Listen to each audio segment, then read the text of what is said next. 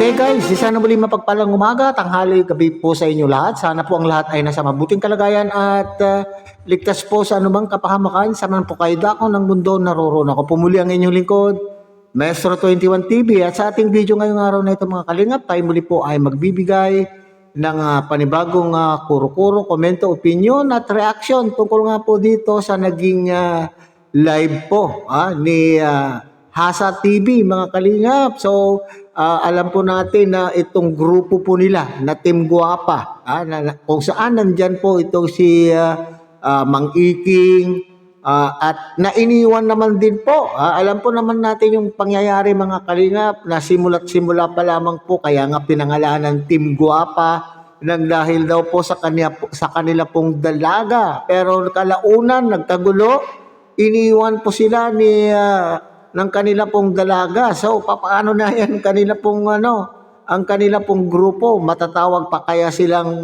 Team Guapa? Pero ganun pa man ay nagpatuloy pa rin po, at ito nga po itong sinahasa at mga empowered women ay kasama po sila, magkakaalyado, at sila po itong empowered women na dating strikers na Kalingap Reactors ay sila na ngayon po ang mga nagtatanggol po kay Mang Iking. At ngayon nga, pati sponsor ay nagkakagulo na po mga kalingap. Alam po naman natin sa mga nakaraan ay talagang may mga usapin, may mga issue po itong grupo po na ito. Pero hindi ko akalain mga kalingap na itong itinuturing po nilang napakasolidong sponsor o big time sponsor na sinasabi nila na handang gumastos ng milyon-milyon para sa kanila pong tinutulungan, ay bakit?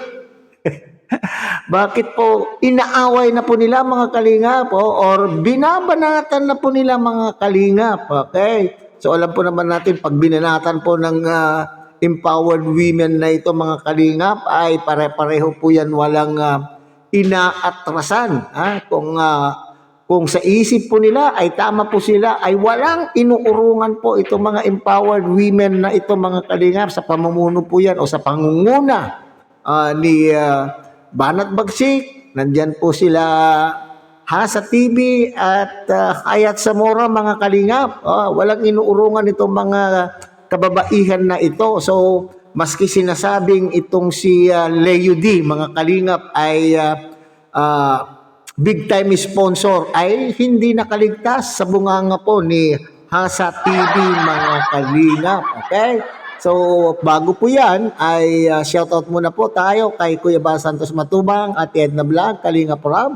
At sana po inyo rin pong takilikin ang munting channel na ito sa pamamagitan po ng pagbibigay nyo po ng like, share, and subscribe, at tuloy pindutin na rin po ang notification bell. At sa ganon, tayo pa rin po ay magkita-kita at magsama-sama sa susunod pa pong mga reaction videos na ating gagawin. Likewise, mega shout out sa ating mga kasamahan po dyan sa Karepa Kalingap Reactor Partners, sa pamumuno po yan siyempre ng ating Presidente Javier De Leon aka Virador, at ganon din po sa ating mga kasamahan po na charity vloggers, Kalingap partners na nariyan po sa mga iba't ibang Kalingap landing pad na meron po tayo sa ating bansa. Okay, so ipagpatuloy po natin mga Kalingap, panoorin muna natin ang isang maikling video clip na ating pong kinuha po sa live po ni Hasa TV, kung saan talaga naman po binanatan po niya itong si big time sponsor na si Leo D. Panoorin po natin mga Kalingap.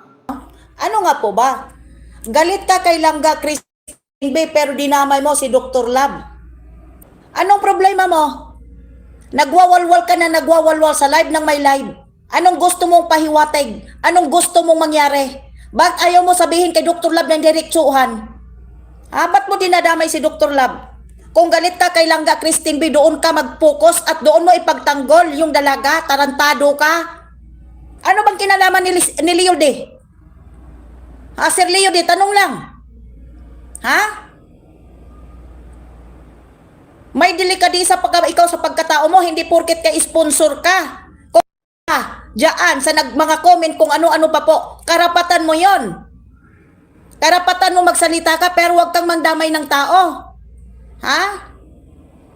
Kaya kung galit ka kay Dr. Lab na hindi mo hindi kung saan nagsimula, ha?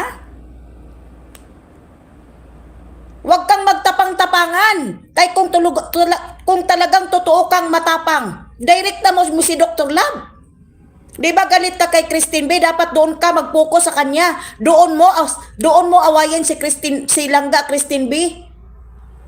Ha? Sasabihin mo mag-sponsor ka ba talaga?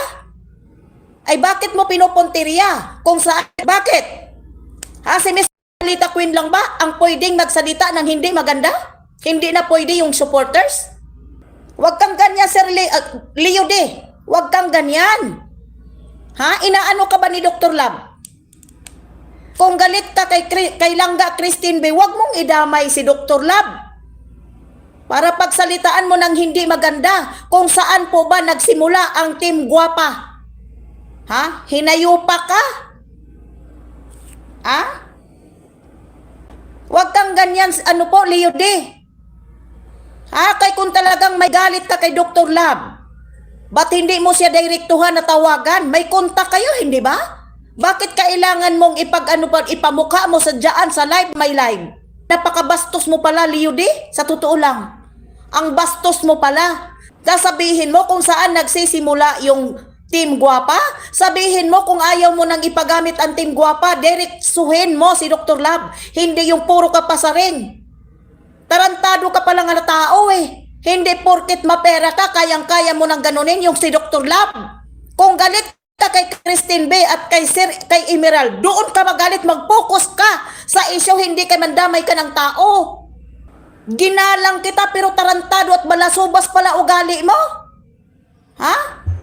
Okay, so nag-aawayan na mga kalingat, nagwawalwalan na. Okay, so nakikita po natin, pagka tayo naman din po ay namamasyal po sa mga iba't ibang live, itong sinasabi po nilang big time sponsor na Leo D, na kung talaga naman big time in the sense na talaga naman po, nakita naman po ninyo yung kanya pong kontribusyon doon sa pabahay po ni kanila pong dalaga. At maski rin po yung tinitirhan po nila Mang Iking at ni Pulang Uod, mga kalingap, ay mayroon po dyan na kinalaman po itong sponsor na ito. At noong araw nga po, akala po natin ay Kalingap solid sponsor ito na talaga naman pong maski magkano ay talagang handang maglabas ng pera nang dahil po siguro ay philanthropist iniisip po natin noon ay philanthropist at talaga naman handang tumulong o mag-charity sa mga taong nangangailangan. Pero at karamihan po noon, mga kalingap, ay all praises. Ha?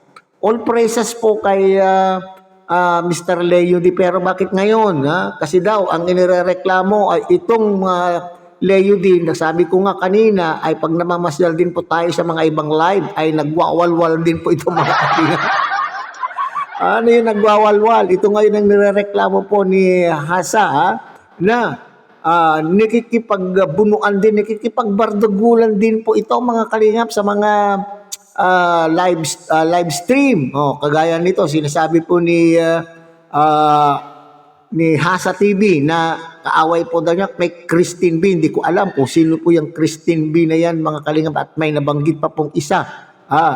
Ngayon, ano po ang ikinagagalit po? Ikinagagalit po ng big time sponsor na ito. Yun pala daw, pinag-aagawan po nila yung pangalan na Team Guwapa. Kung saan daw ba nagsimula ang kanino bang brainchild, o kanino ba sino ba ang nakaisip yung salitang, yung pangalan na yan, mga kalingap. So sa ating pong pagkakaintindi sa pagkakapahayag ni Asa sa kanyang ng live ay para bagang ay nagmula po ito kay Leo D. Kasi inaangkin po niya at para bagang yun ang sinasabi na kung ayaw ipagamit po ni Leo D ang salitang Team Guwapa, bakit daw hindi niya i-address direkta kay Mang Iking. So ibig sabihin pala, kung nagagalit itong kanila pong sponsor na ito sa mga taong nakapaligid o mga kasamahan po ni Mang Iking, sa makatwid ba ay itong sponsor na ito na buhay nila Mang Iking at ni Pulang Uod ay nagagalit na rin ba sa kanila? Kasi sinasabi ni Hasa po dito, mga kalingap, ay nagagalit din daw po itong Leo din na ito, pero ang gusto pong mangyari ni Hasa ay kinakailangan i-directan niya yung kanyang galit kay Mang Iking. O ibig sabihin, pag-usapan po nila, erekta. So yun po yung pinagawa. At dito tinawag po, mga kalingap, nakita po naman po ninyo, walang takot. Walang takot itong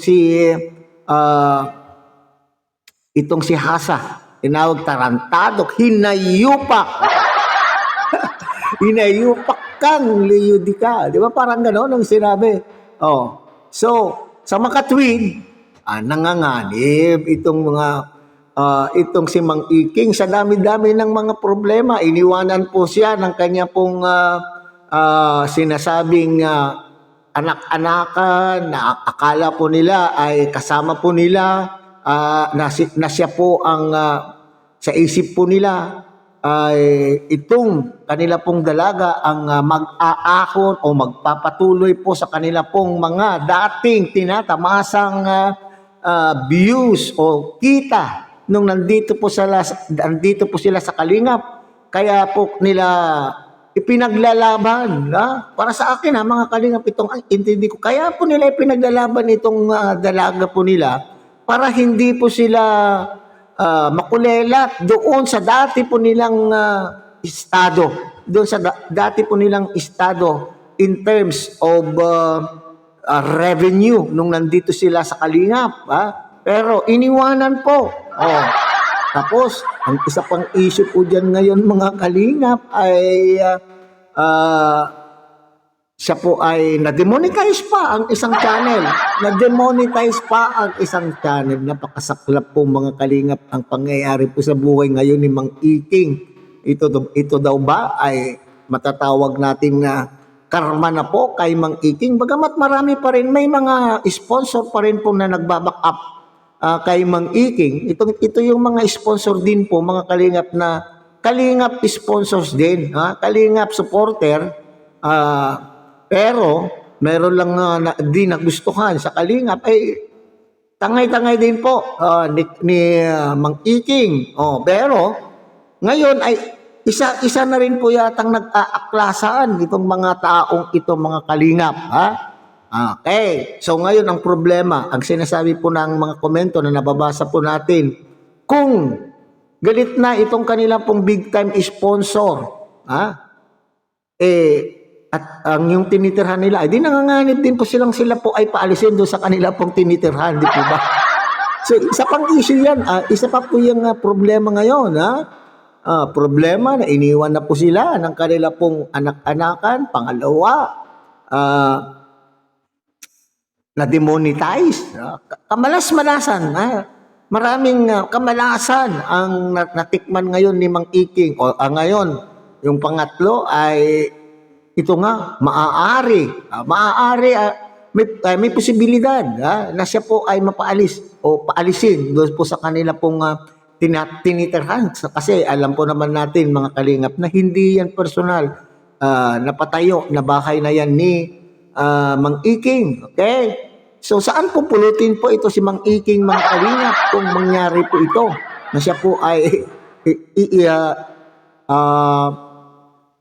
palalayasin? Saan pupulutin? Sa kangkungan. Nako po, mga Kalingap. Kung sa kangkungan siya pupulutin, kung papaalisin po sila, demonetize na nga ang kanya pong channel. So ibig sabihin, hindi steady, hindi fix yung kanya pong kita. So saan siya pupulutin ngayon, mga Kalingap? Kaya mahirap po yung magsisimula ang grupo mo ng maling intention. Ito po yung sinasabi po nila noon na tinatawag nila na kapag bumuo ka ng grupo ay kinakailangan mayroon kang mission and vision. Di ba? Nangyari kaya yung nagmadali silang makagawa ng grupo para sila po ay mayroong panlaban sa kalingap na kanila pong pinanggalingan, ngayon, unti-unti nila pong inaani yung kamalasan po nila mga kalingap. Di po ba? Okay, so hanggang dyan na lang muna tayo mga kalingap. Muli, tangkilikin po natin Kuya Bal Santos Matubang at Iag na Vlog. Kalingap Rab. At syempre, sana po inyo rin pong tangkilikin ang munting channel nito sa pamamagitan po ng pagbibigay niyo po ng like, share, and subscribe. At tuloy pindutin na rin po ang notification bell. At nang sa ganon, tayo pa rin po ay magkita-kita at magsama-sama sa susunod pa pong mga reaction videos na ating gagawin. Muli, isang mapagpalang umaga, tanghali, gabi po sa inyong lahat. Mabuhay po kayo at God bless everyone.